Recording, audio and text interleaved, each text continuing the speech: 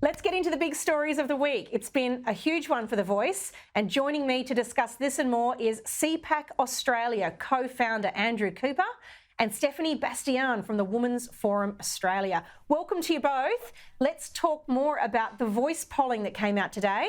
Looks like the referendum's poised to go down and lose in every state, according to Redbridge. Yes is trailing no, 56 to 44 nationally. Stephanie, that looks like a horrifying poll for Albanese, is it?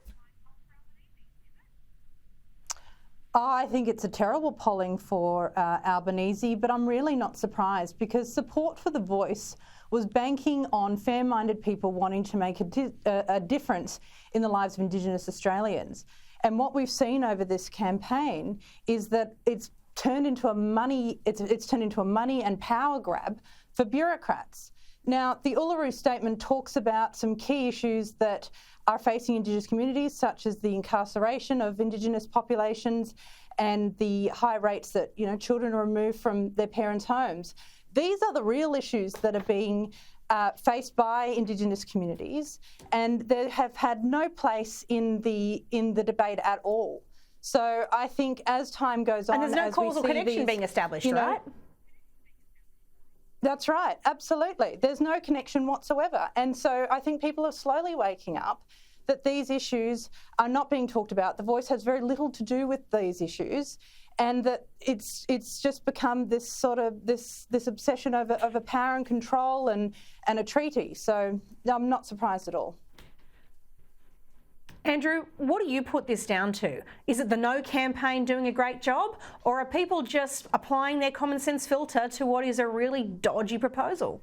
I think it's the triumph of reason over feelings. We all, as far as I can tell, every person I know wants a better life for particularly remote area Aboriginals, but and so you feel predisposed to anything that proposes a solution.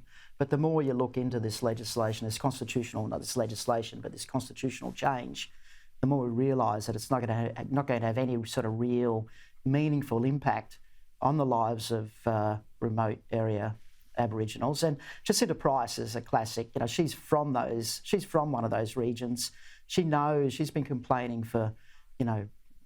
Long time. Years. I mean. Yeah. About what needs to be done out there, and this government, what they do is propose a feel-good change to the Constitution that can't be unwound. Is incredibly divisive, and I think what's happened over time is as people turn their mind to it, we're all realising that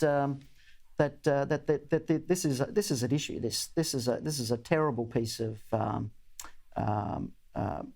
terrible referendum.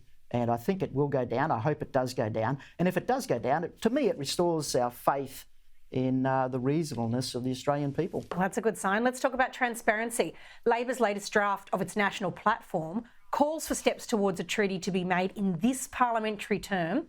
But Mr Albanese says, well, he's not committed to one. He still refuses to do that. So, Andrew, this is a guy who wore a T-shirt promising voice, treaty and truth. Who is telling the truth here? I think we all know who's telling the truth here.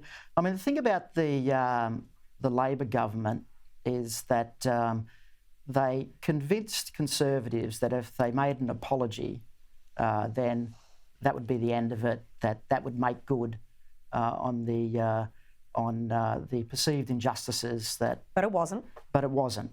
And now we're told that the Voice, if it gets up, will be the end of it, and we know that it won't be. I would say that there's going to be so much pressure on the Labor Party to move quickly towards a treaty, and you can feel it's bursting at the seams, right? There's like leaks. It's like a water leak. It's bursting. There's slips here, and there's even members of his own government, Bernie, for example. She's sort of letting the cat out of the bag every second week. So. There's no doubt that this is going to be continuously moving towards more and more race-based, divisive legislation. Stephanie, why can't Albanese be straight with us? He says it's a modest proposal, but we have members of his own design committee saying they wanted to deal with matters related to defence and AUKUS. members of his design committee telling us that it should have its hands on superannuation. I mean, why can't he be upfront with Australians? Isn't that what we deserve at a referendum? I think so, but I think Albanese also might be in over his head. I mean, you look at the people that are surrounding him, some of them are far more radical than even he is. And it's quite right that the cracks are starting to show that this is not about improving the lives of Indigenous Australians. This is about the expansion of government. And if it gets through, which they need to get it through without the detail first, and then they can act on the treaty and everything else they want to implement. I mean, if Albany was really committed to supporting Indigenous communities, his budget would have put more money into housing or to legal support for Indigenous women or to addressing family violence. All we're seeing is this campaign and this money wastage on this voice that could be going into real resources. And it's just another way for the government to expand itself and to line the pockets of bureaucrats. Andrew, where can people learn more about the risks of the voice, hear from people about treaty and have proposed truth tribunals? Well, as you probably know, Amanda, the CPAC conference is on next weekend on the 18th through to the 20th in Sydney.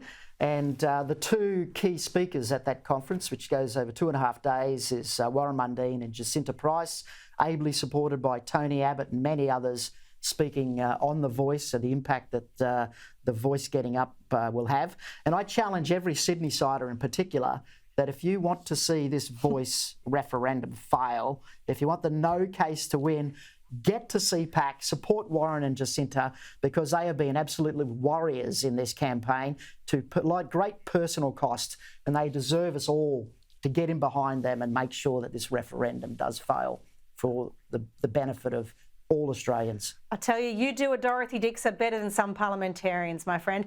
Thank you to you both, Stephanie Bastiaan and Andrew Cooper, for your contributions tonight.